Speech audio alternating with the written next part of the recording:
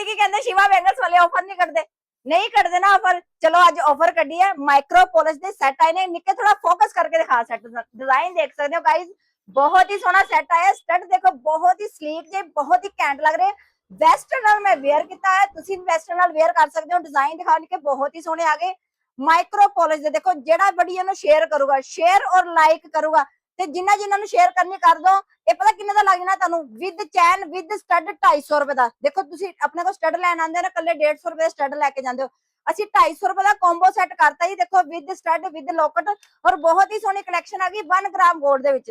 Design देख सकते हो। वीडियो ਨੂੰ फटाफट शेयर कर दे भी 250 रुपए ਦਾ ਲੈਣਾ ਤੇ देखो जिन्ने जने भी आए, पर देखना साडी वीडियो शेयर होई है कि नहीं आई। डिजाइन देख सकते हो, बहुत ही सोहने आए जी। पाए बिल्कुल ही गोल्ड दे लगने आ।